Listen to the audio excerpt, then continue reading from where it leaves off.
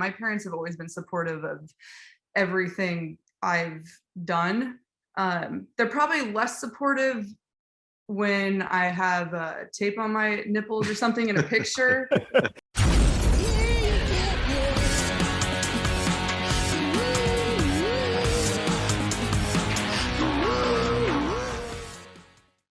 Hey, this is Party Like a Rockstar podcast, and I'm your host, Joel.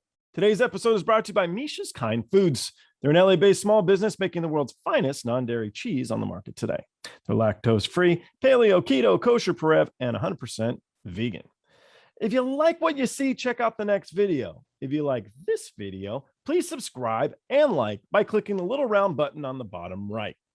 To learn more about me or other guests on the show, go to joelrody.com.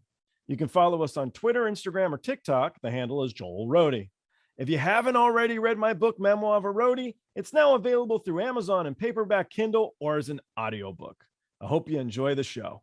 Well, we love cheers to you in the podcast, and we love roadies. So it's the lifeblood of a tour. So there you go. Some great stuff on your wall behind you too. I know. Yeah, but they said the problem with your podcast is like we don't know like who the host is.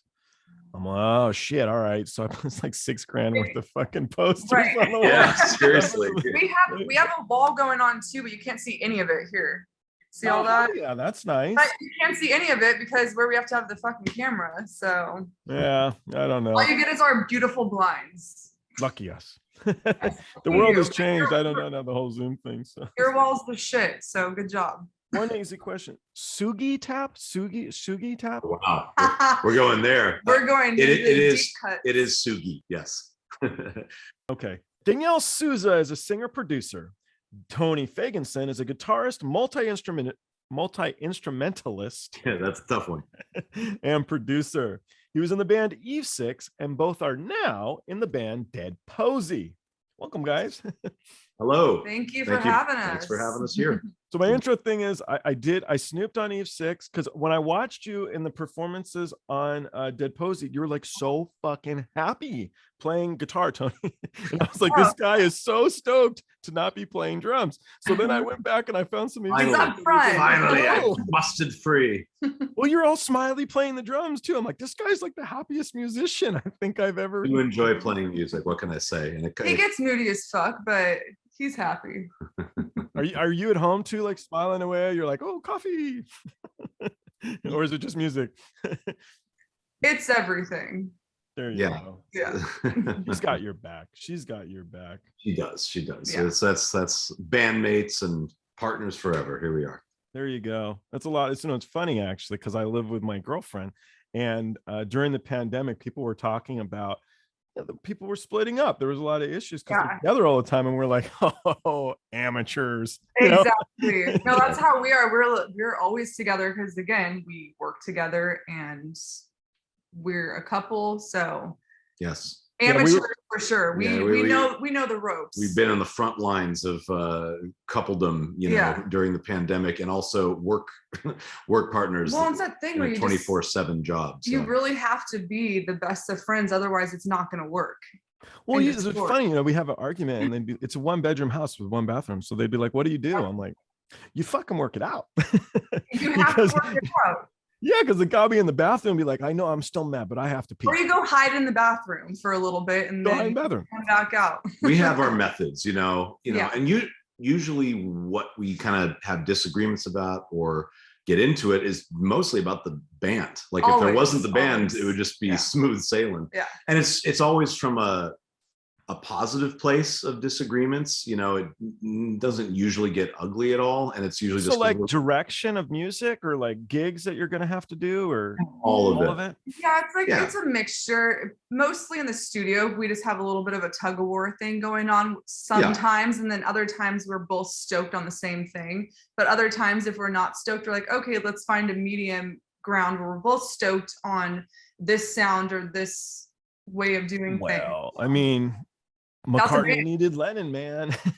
Right. We've been watching Get Back. We're like, okay, we're good. It's like, wow, all bands are basically the same. Yeah. That's what we all argue.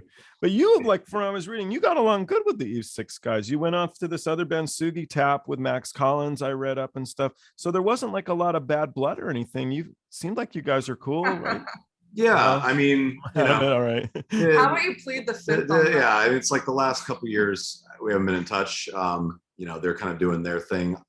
It was time to move on. I had obviously that band was my entire career, and I will be forever grateful to the other guys and the fans and what it was. And I love the music. But let's be real. It was time to move. You moved on because it wasn't. It truly, there wasn't going to be good stuff. I don't think coming from my involvement there anymore.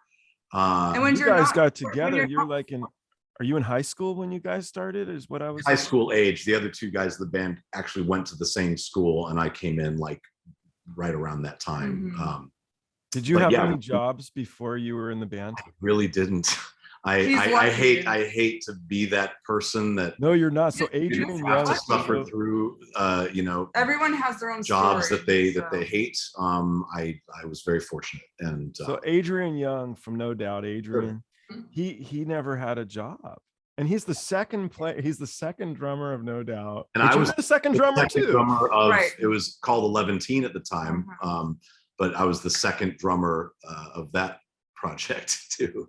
I had on here Peter Finestone, Bad Religion, and I had him on with John Mayen from Elton John. And so we were getting into it, and we're talking to Peter, and he's talking about getting into Bad Religion. He basically got in the band because they couldn't stand the other fucking drummer. They're like, all right, well, now you're the drummer. And he's telling us all this stuff, and he was 13 years old or 14 years old. Yeah, that's insane. So it was so funny because when we didn't even think to ask, and then at the end, I'm like, "How old were you?" And he tells us, I'm like, "Oh, geez, well, you would hope you're a bit different now, That's the thing. I mean, if you're in a band at 15 or 16, 18, anything under 30 something, you're still figuring out yourself a little bit, and there's going to be mistakes made. And people always evolve. If you're doing your duty as a human, you're evolving always. So well, us men are dipshits until we're 30. I've learned. I think women are dipshits too sometimes. I was a dipshit with certain those things. are the women that I was looking for when I was I think we all can be dipshits of a flock, and now we all work together in music. Exactly. And I wonder if that's what's the common thread here for all musicians. The way it should be. Yeah, but it's all good. I'm happy where I'm at right now. It was time to move on. When you're not vibing with each other anymore, it's time to move on. And that's basically, I'm not trying to talk for Tony, but it was time for him to move on. End of story. Not giving them any more airtime. Well, the good thing is that now you guys get to make music. So if he was busy doing other stuff, you'd be like, where's my new timing music? Worked out well because I was already, kind of not considering myself fully in Eve 6 anymore. It had really just moved into kind of like live shows and stuff, which are always great and the fans are great, but playing the same songs over and over, and plus when the personalities aren't connecting anymore, it was good timing for Dead Posey because this thing had really started to kind of take off. And it was like, you know what? I love playing guitar. It's what I do so much in the studio anyway, when writing songs or producing artists. That's like, why not just do it on stage? And it was fun. I had played guitar actually in Sugi Tap, which was my side project with Max from Eve 6 for a while. Did do some of that, but not at this level and not, Do you miss playing the drums live? I mean, I'm assuming you play them on your albums. So play them on the albums, and I've actually started playing them more fully with the Dead Posey stuff you too. You probably don't miss setting it up. This is true. Everyone knows everyone knows that setting up drums is like, of all the musicians on stage, that's like the one that has the most to go wrong, basically. So when you guys are touring, you hire, because I watched a couple videos. I saw this one Mankini interview guy. Shout out to the dude, but I was like, wow, I didn't expect this. We love him. We consider him a good friend now. Yeah. Well, he's an interesting interviewer, actually. He was all right. And then you guys did this deep dive on Detroit, and I was like, oh, but I know they went way deep. I didn't know what the hell they were talking about. I was waiting for Pine Knob shout outs, man. I saw shows at Pine Knob when I was a little kid. I haven't lived in Michigan since I was like 7 or so, but my first concert ever was Michael Jackson, I believe, at Pine Knob. And so I was going to ask, because you said that I love Michael Jackson. So early 80s, you went to go see Michael Jackson. And so you remember a lot of it? No. How old were you? I mean, I was probably 4 or 5. It was like Thriller tour, pre-Thriller, like right around that time. So you were like a wee child. I was just a wee child. So mom and dad took you there? Yeah, I think I went with my dad.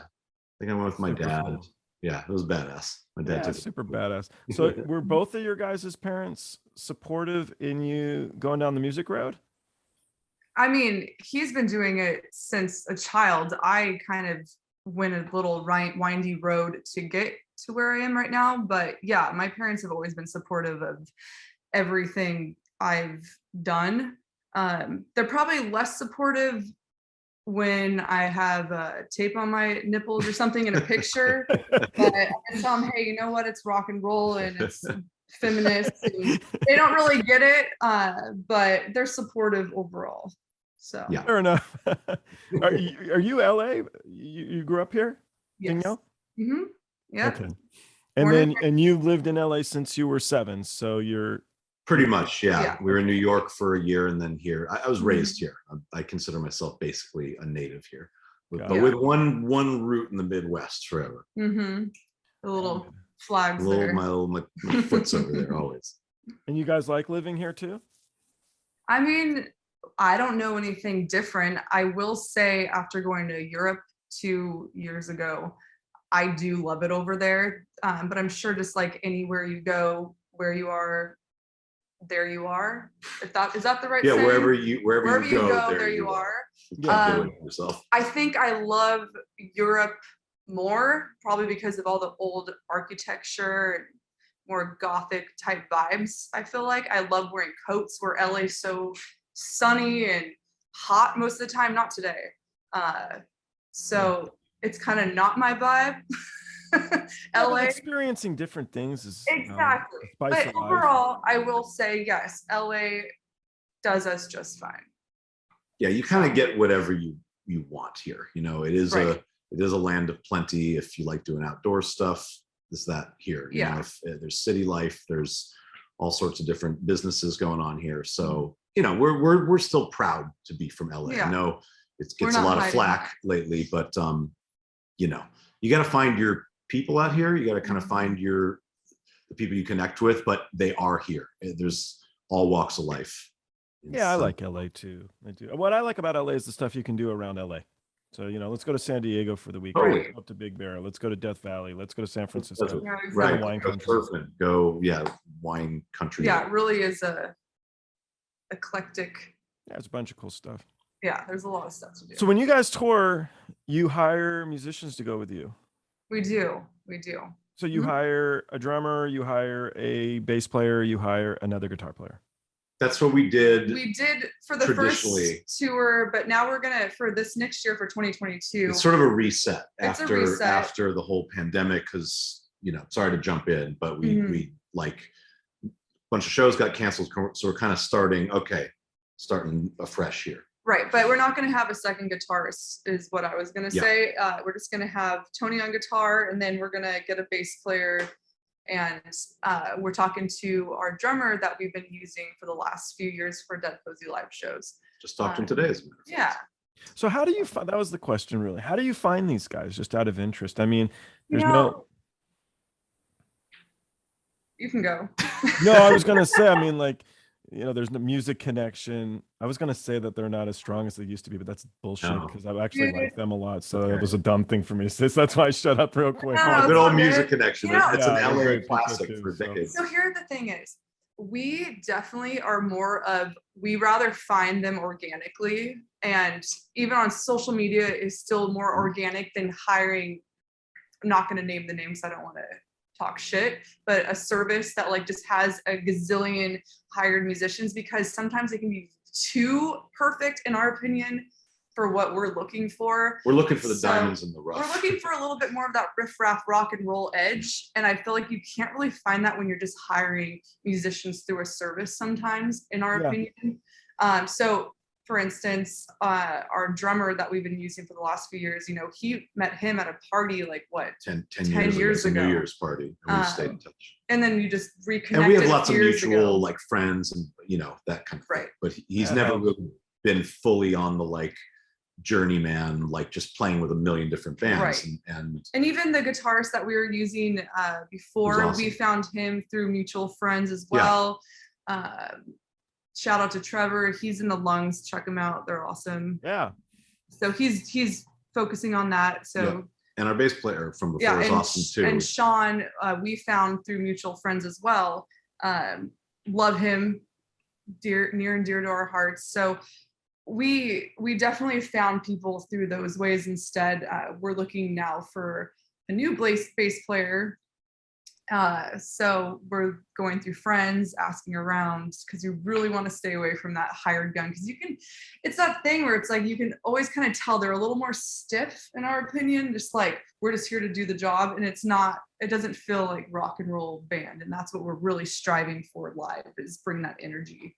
I feel like I won't say the band either, but so I worked for one band though, and he would play guitar and he'd turn around and look at me every night and be like, oh no. I'm like, oh, so sorry, poor pumpkin pie making $1 million tonight. Like, right. I mean, that's awful. Not cool. Yeah, that's every night he'd look at me and be like, why am I here? I hate this job. It's almost like as if he might as well be working at some random day job and like hating it. It's just like what I should have done is like turn back on him and be like, earphones, I'm listening to Metallica. Right. I'm not listening either. Right. Well, it's and all respect to anyone out there trying to make a living, of course, doing music. Like, we all know it's a tough as shit industry. Of course. We're not knocking any hired musicians that are going through services at all. Just for what we're looking for, we haven't actually gone that route, and we're happy we haven't had to do that. Yeah. So we try to find them from our connections out here in LA, and it's but also you're in a different position. I mean, you grew up here, and then you also were in the other band, so exactly. People a little bit. We have a little bit of a leg up, I think. So music videos and stuff. I watched Parasite, super cool, and I happened to maybe watch Russian Roulette, which was really, really cool. Parasite was our pandemic era. Yeah, lo-fi. We're like, we didn't want to be around anybody, so we just had it like really. So did you shoot it like in your apartment then, or where was it? No, there is a little studio, because there's this one site, I believe, that you can find like a bunch of different places to shoot stuff at for photo shoots, video shoots. So it was in downtown, and it was just this little place that had all black walls, and we're like, perfect. Black walls. And then we just used a single camera, light, and a friend of ours that shot it basically. So I think it's so neat. I know this is sort of old hat, but it's so cool to me that you can like do this sort of stuff now and be like, okay, and here you go, YouTube, boom. Right. And right. it's like there's a catch-22 with it, because it's like obviously doing it that way, it can be really lo-fi, and there's something cool about that. But then when you want to have elevated stuff, you kind of have to like move past that sometimes. But you're right. We're fortunate that we can actually do things. Yeah, that you can make it happen. I mean, Russian Roulette was obviously a little bit more expensive. I'm assuming that looked pretty crisp. Yeah, that one and Sorry I'm Not Dead, our newest video, were shot by Jake Johnson. He's a great cinematographer. Shout out to him as well.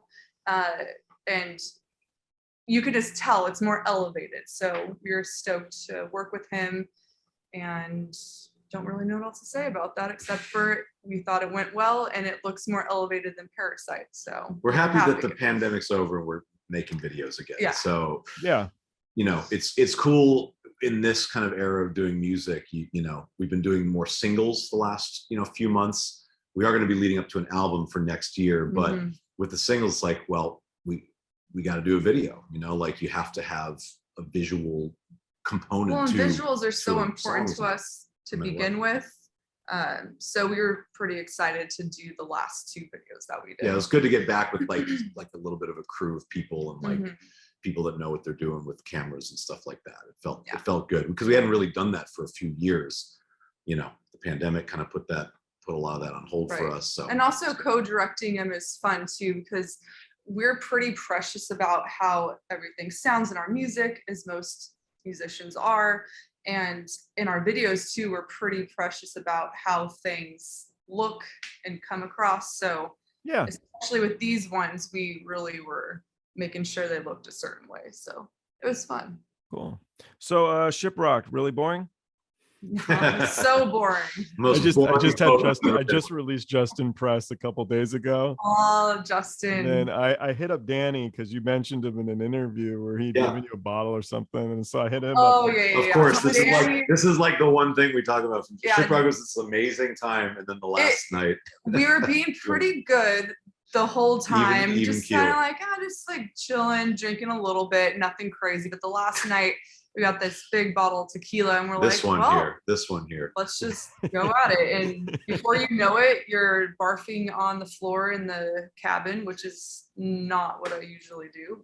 And this was the last night. So with cruises, big boats like that, you have to be off at like 8 a.m. Oh, that was the worst, man.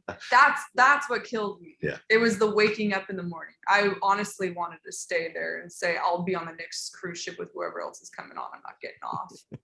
It was so much fun going in. So much fun going on. It was very rock. When we were off the boat, we were like there with our luggage and all the bands were coming off and she's just like slumped over her own suitcase. Normally, this is not a normal. And like Hailstorm comes like, oh my God, honey, are you okay? And she's like, yeah, I'm good. It's a little embarrassing, but it's all good. I don't mean to embarrass you. Oh, I'm good.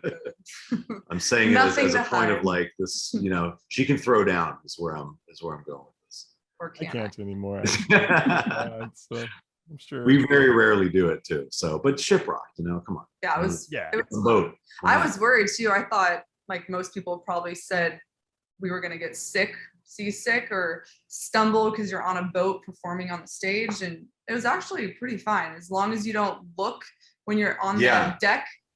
You don't want to look at the water when you're playing because it definitely messes with your equilibrium. I did that because you kind of like you kind of like when we're playing on we did 2 sets and the first one was the outdoor, like the bigger outdoor stage, like in the middle of the day, so you can see everything. And she kind of like with her eyes like look, and I looked over and the horizon's crazy. Going like this. I'm like, damn, all right. You're definitely cool. Pirates on that ship.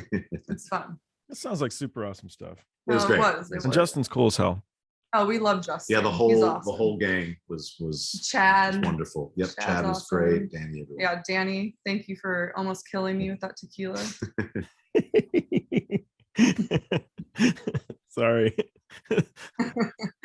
Little roadies, you can't trust us. You can't trust them. They're like 10 or 11 years in, so they know what to do. Yep. Yeah. All right, so you guys have been killing it. What I was looking at is like you're doing really good with the song placements and TV shows, and that's fucking hard, man. Thank you. So we got it a lot on the first EP. We were doing a lot of the more stomp clap thing, and I think at the time people were wanting that for syncs, basically. But are you just like grilling?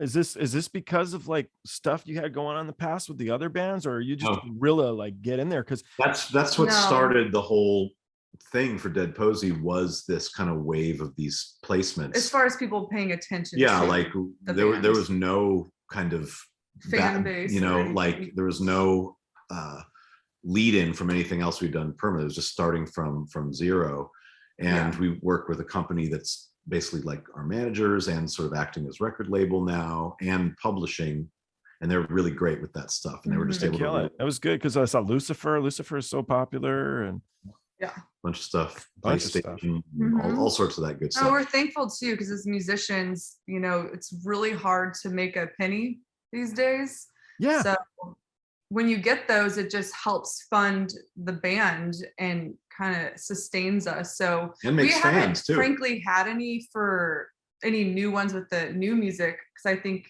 maybe because it's not as stomp clappy and they're not really looking for it. So we haven't had any with the new songs, right? Am I wrong about that? You're right.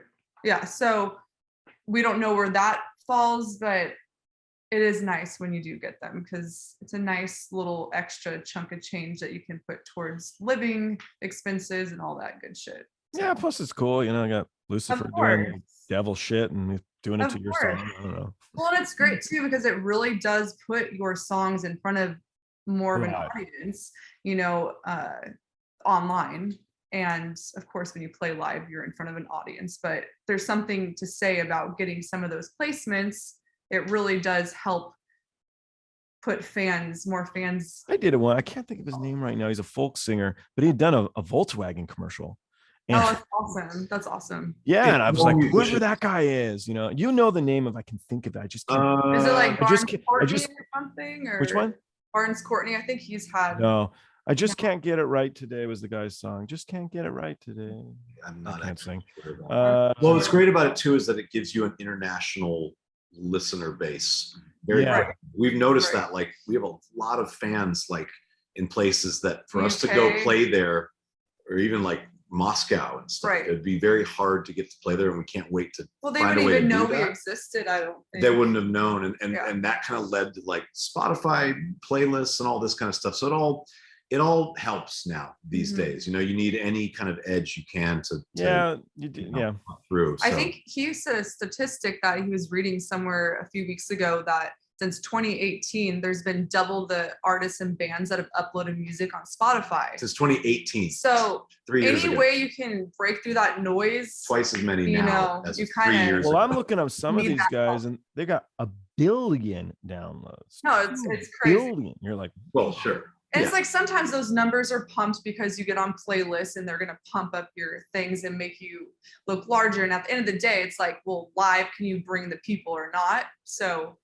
yeah, there is still that. And you as a roadie in the past, fucking roadie. The Volkswagen commercial guy is Joe Purdy. Joe Purdy. Oh, Joe Purdy rocks. Amazing. I'm not sure if I've heard of him, but I'll check him out. Check him out. If you like folk, I like my folk music. Yeah, of course. You got to have, especially, you can't just be listening to rock and roll 24/7. You have to have some chill stuff sometimes. Otherwise, your head would. I'm like a lot of classical now because I do my research, so then I listen to a lot of the people that come on here with research. I don't know how much you really need to listen to all the words of each song to really know what to ask people, but I listen to it. But then I like my classical. I don't know. What I like about classicals, it doesn't matter how many times you listen to it. The people are like, so who is this? I'll be like, I don't know. But I like it. I don't know. Sounds good though. Feel good. You can just make up a name. No one will know. Just say Mozart. Cool. It's the wallpaper music. You got to have that sometimes in your life. All right.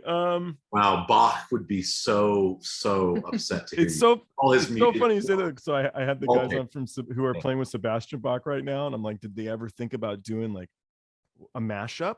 Sebastian Bach. Yeah, he'd be really upset if you called Skid Row wallpaper. We should bring him back from the dead and try to get that collaboration. Sebastian Bach is very much alive. Hopefully. No, that's what I'm saying. You should get. I think it's Bach, original Bach. Yeah. That's who I was talking about. Get with the program. Bach Jr. That's what we should call him. Nice. That's our side project. So are you gonna? So you wrote and you produced a bit for Puddle of Mudd. I did one song with my Eve 6 compatriot at the time. We co-wrote a song, or we wrote a song, and basically produced a demo with him singing on it, and then it just ended up going to Puddle of Mudd, which we then went there. And again, it's a good payday, right? Yeah, but is it fun to write for other people? Do you think you would do it still, or are you trying to use all the everything you guys got? Right now, it's all Dead Posey. I was doing that for a long time. Writing with other artists and producing and pitching songs and in that kind of that scene, basically. Right. And now being a part of this, I could say that I would be interested in that too. It's just right now we're so focused on Dead Posey, sleeping, breathing. Especially coming out of the pandemic too. We're trying to really reset our roots in the live music world and get an album out next year. Yeah, it's been 2 years since ShipRocked was our last gig actually, and that was February of 2020. So this coming February will be 2 years. So that's really the main focus right now. I've learned with me, I have to focus on things. I can't be spread too thin. Well, it's hard. If you think about it, you're doing everything. Yeah, I mean, there's just not enough time in the day too. Right. We're also trying to have a semblance of a life. We have to rehearse. There's just life stuff you got to do. Yeah. Ones you got to see. So, I try to keep a good balance. Yeah. So when I first started this podcast, my buddy, whose daughter's in 5th grade, she said, I need to ask every guest when they first felt famous. And it's actually been a really great one. I've had some fantastic answers. That's cute. So if you don't want to if you don't want to go down the road of fame, totally cool. You can, if you could pick a moment in your career that made you who you are, that you guys would think would be worth mentioning, what would each of you choose? What first comes to mind of a cool moment? Go for it. You know, fame aside, I don't feel like we've even gotten to that level for Dead Posey, but a time that I really felt like, oh, this is how it's supposed to feel is when we went on tour in 2018 and we played at the El Rey, and just that all the fans in there were just so excited even to see all of us opening bands and being able to jump on the barricade and touch people and really connect. That was a defining moment. That was like the first bigger me. Dead Posey show. Right, because before that, it was just more like local LA shows, and it's just different. Where that just felt like, even though they weren't our fans yet, they were excited to see us, and you really feel like, oh, this is what it feels like when you start connecting with the audience. And honestly, that tour just made me a better performer. I feel like it let my freak out of the cage, and it's not going back. And I really feel like that was I know one guy who appreciates that. Anyway, okay. Sorry, your story. No, that was, I mean, I remember that moment too, and just that tour in general. That's where I kind of really like, hey, I'm doing this on guitar for real now. I mean, you know, fame or whatever, for me, there was like a prior life for me. So it was definitely some of those earlier Eve 6 moments. But that feels like a long time ago now. We're getting on 20 plus years now. So crazy how time goes. At Dead Posey, I mean, I think when we did Louder Than Life, which was one of the bigger festivals we did in 2019, that was like the first really big stage, you know, in front of thousands of people. And it was like a total throw and go setup where it's like, you know, I think we were like second or third of like, you know, 8 on that stage. Guar played on that stage, just like crazy and massive lineup at the festival. And it's like, you got 20 minutes, get your shit on there and go. And it's like, there was a moment during the set where I'm like, are we playing? Is this actually happening? I look out there like, oh yeah, this is actually happening. Who'd have thought that I'd be doing this? And I love it. I didn't know if I would like festivals or not, because I, you know, love it when it's more dark and it's nighttime and there's a different vibe when you're playing that. But there's something to be said about playing at like festivals. A daytime slot. I don't know. As long festivals are cool. You meet so many people at festivals. You really do. Yeah. It's kind of like a summer camp in a sense. Yeah. ShipRocked was definitely like that. That was like a summer camp at sea. And shout out to Danny Wimmer too. They know how to treat their artists that are playing on the festivals. They treat you well. Like everyone had their own rooms, or at Aftershock they all had the little star wagons, and it feels good. They have all the good food for you, and they really do take care of you. So that Louder Than Life and Aftershock were 2 good festivals. So thank you, Danny Wimmer. Cool. You know, one of the questions, I found some fun ones too. Have you guys had any gigs that well, I know you have, but some gigs that were kind of like, we're seriously gonna fucking play here tonight, you know, and you look around and you're kind of like, was it bad? You know, like, there's not even a stage. I mean, what are some of the more interesting one in Pittsburgh that like the stage broke? I don't know the name because I don't want to like talk shit about the venue or anything. It just felt, that show felt weird. It was like a weird setup, but at the end of the day, you just have to make it work wherever you are. You know, we played The Great Escape in the UK, and there was no stage. You're standing on the floor in like a little old seedy rock club, and honestly, those can be some of the best shows sometimes. Oh, for sure. Being on the big stages, it almost feels more awkward because then there's more room. I'm like, oh fuck, now I need to make all this my like bitch right now, basically. For lack of, you guys like punk? Were you punk kids? Were you listening to a shitload of punk when you were younger? Or? I mean, it was more on the rock and roll side, but really? You know, like a little rancid stuff. I got into like pop punk and stuff in my early E6 days with those guys, you know. But you're more like pop punk, not punk. Yeah, I mean, exactly. Whatever. Yeah, but you were playing with a lot of wherever that demarcation line is. Yeah, exactly. I think it's different when you start. when you start touring with the guys or whatever, it's a lot easier to like their band when you kind of like know the guy in the band. Oh, or of course, Oh, yeah. of course. I feel honestly, I love the punk spirit. I feel we definitely relate to that more than metal to a degree, but we're not opposed to that. We're more kind of like a little more of a hybrid. metalhead when I was a little Yeah, kid, you were. like younger teenager. So like Motorhead? Early 90s, sure. Motorhead, I love Metallica, I love Pantera, you know. True. That was That's the stuff. true. But they kind of like morphed. I was a huge fan of like great songwriting and melodies and 80s pop hits and stuff. So it's this weird mix of all that getting into like the early 90s when the music changed. It was an amazing time. So my rabbit hole a lot was like blues. I went down this crazy blues trip, but it was because it was like harder to get info. I don't know what it was. And I just started listening to like old blues, and everybody's like, it sounds the same. And I'm like, I know, isn't it great? I know. That was kind of a little earlier influence, a touch of that in the earlier Dead Posey, but which is amazing, you know, but we definitely started had that to hear rootsy thing going a lot with like the guitar tones, the more twangy thing with like the stomp claps. So blues your albums sound different because it sounds like you guys think they do. Do you think you're going to continue down that road? Are you still finding who you guys want to be as a band? Are you having fun making different sounds on different albums? Off of that, I think I feel like we're in a good spot right now. I feel like we're very sure and self-realized as a band, even more than maybe 2 or 3 years ago.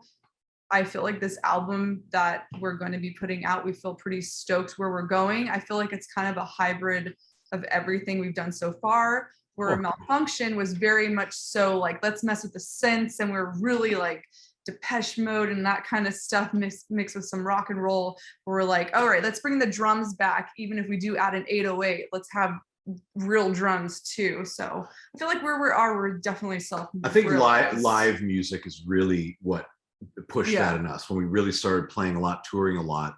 And then it was like, we want to keep making music that just feels great to play. Well, even when we were in the studio, we had on the TV just live shows playing nonstop from every band you can possibly think of. We just had up there just going crazy on mute, but we're in the studio. So it gave us that rock and roll energy that honestly we've been craving, like most bands or artists that haven't been able to play for 2 years. Now everyone's starting to again. It's funny. It's kind of bad, but it's funny as you're saying you're playing all these live performances in the studio, because traditionally what they played back in the day always was just porn movie all the time. That's hilarious. 24/7 porn. No, we never did that. I never did that. I'm sure. I don't know if that's tradition. Maybe traditional in some circles. Maybe a lot of studios, man, it was always porn on all the time. Oh my god, that's really funny. I probably a lot less of that now. I would hope. Yeah, we're just trying to a lot less of all of it. It's actually interesting. A lot of these roadies I'm talking to, life has changed so much. A lot of the bands and everything, a lot of the roadies are women, which is crazy to me. You know, we never. Oh, awesome. It was rare, you know, and it's really rare. And then I felt bad for him because it was hard for him. You know, you got to deal with us assholes. I was like, no, totally. But the thing is, at the end of the day, it really does come down to people are people, and it really doesn't matter. Why should it be? What you are. And I feel like it's cool that there's more of that starting to happen, because even when people are married, it's like, that's my wife. It's like those days are fucking over, man. Like, we're not like that. I wish they weren't. Big old ball and chain. Exactly. I feel like that mentality is just kind of a dinosaur at this point. Yeah. So I think it's awesome that it still has a long ways to go, frankly. Like, if you look at the charts, it's like there's on the rock side, there's only like 1 or 2 it's always the same 3 acts, and there's great. Definitely not a lack of female vocalists like getting out there in bands. It's just that it's still a thing that's you have to push through, I feel like. And there's a lot of great bands with female singers and female other things, of course. Right. Guitarists, drummers, bass players, roadies, you name it. Yeah, I had, speaking of it, you know, it's fun. I told you I was a memorabilia dealer, and I had a lot of Stevie Nicks stuff, like a lot. I had super cool stuff. And I sold her top hat from Rumors for a lot of money. And so the fella I was talking to, and I'm like, that's a lot of money for a hat. And he's like, well, you know, think about it. Like, what women are that level that would command that much money for their artifacts. Let's say I'm like, oh, Madonna. Sure, okay, keep going. Mm-hmm. I'm a Blondie. He's like, yeah, Blondie's super, yeah. But the problem here is like now name men, and it was like, oh, blah blah blah blah blah blah blah blah blah blah. Even Tyler and yeah, gone. I mean, don't forget about Shirley Manson and Courtney Love. So nothing wrong with them. And then would they still be at that level? So I'm talking money. I'm whether good or bad. I'm talking about money, right. memorabilia. You know, for me, I'll go through a catalog and I'll be like, oh, Freddie Mercury wore that. Whoa, you know. Right. No, so going through the same catalog, if it was Shirley Manson, which is super cool. I love garbage. But it's like the ratio thing still. You know, there's just a lot more it's just there's more to choose from with men just historically. I want to get it to a point like I'm sure everybody else does where we don't even have to talk about it. It's just the complete norm that it doesn't even matter what you are. Like that's if you what think I'm looking about for. it, at least within we'll probably already be 6 feet under when that happens. So I hope not. I don't know. I think it's moving quickly. I mean, so Eve 6, what year is it where you guys first started doing bigger tours? Eve 6? 90s? Yeah, it started in like 98. The first record. Okay, so 98 to now. And then we came back later. So 98 to now, the difference is from the tours and everything you see, because I started touring around the same time. Right. Crazy, you know? Well, that's what's interesting is going through this, the Dead Posey, you know, times here. I do see the difference in a lot of cool ways. And then there's other ways where it seems painfully the same. Like, and maybe because we're kind of in like the hard rock vibe, it's still very much a lot of dudes, which is fine. Yeah. Love to my dudes out there, you know, but some stuff hasn't changed all that much. We want to see more like, you know, diversity and all types with roadies or what have you, you know. So what we've seen, it hasn't been that much, and that's okay. But, you know, I think it's trending in the right direction. I still think there's a lot more that are getting the airtime. Yeah. I really do think there is. And I don't think there's a lack of women. Well, the thing too could be it's easier now. Accessibility's there. You know, I would go to the CD store. I'm the CD generation. So I'd go to the CD store and I'd look for weird CDs of people I never heard of, you know. Right. But now you can look online to Kingdom Come and find, you know, so if I like you guys, then I could easily find out that you love Metallica. You know, right, exactly. You know, listen to Metallica, and then I could keep going down if I want to. Right. Yeah. Right. Music discovery now is definitely better than it ever was. That's one thing that's way easier now. Yeah, it's a blessing and a curse. Because there's so much now. Yeah, there's a blessing and a curse. Hard to cut through for anybody. But it's cool as a listener. I will say that. Yeah. Well, guys, I really appreciate your time. If I want to find this new album that you are coming out with, do we have a release date yet? We are looking for June 2022. Yeah, early June. That's where we're aiming. Do we have a title? Are we allowed to say titles? Not yet. We're going to announce that next year. Earlier next year. Yeah. Okay. But I'll be able to find it on Spotify, obviously. And yeah. And we've got our singles, our previous EPs, all our music is all the places you would find your music. I will link some of the videos in this video if people want to check it out. So you will be able to do so. And then I think you guys are awesome. I want to tell you guys are cool. Where is the best place to find you guys and tell you that I want to know where you're playing on your next tour when you deadposey.com. The gram, the .com or the gram. Yeah. We do it all for the gram. Yeah. Instagram. Oh, you know what? I didn't know either. I was looking, I'm like, gram, I don't know. I thought it was a weed reference. But I knew it wasn't. Yeah, that's after the interview. We're going to do a gram. There you go. Yeah. Yeah, sorry, go ahead. Deadposey.com is where you can find it. And then what is your Instagram? Is it the same thing? Yeah, it's Dead Posey. Okay, fair enough. All right. Instagram, Twitter, Facebook, all of it. You'll find us. Just search Google. Google will help you too. Yeah. Cool. I'll talk to you guys soon. Thanks a lot. All right. Cheers. See you out there.